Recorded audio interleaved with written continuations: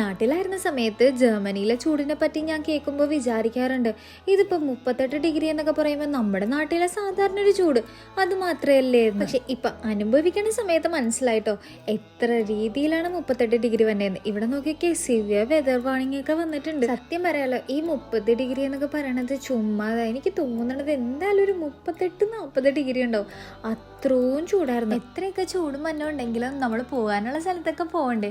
അതുപോലെ ഞാൻ ഇന്ന് ഷൂളയിലും പോയായിരുന്നു. ഞങ്ങളുടെ ഷൂളയിൽ ഭാഗ്യത്തിന് സെൻട്രലൈസ് AC ഉണ്ട്. അത് കാരണം വലിയ പ്രശ്നമൊന്നുമില്ല. ഇവിടെ എല്ലാ കാര്യം ജർമ്മനിലാണ് പഠിക്കുന്നതെന്ന് എല്ലാവർക്കും അറിയാലോ.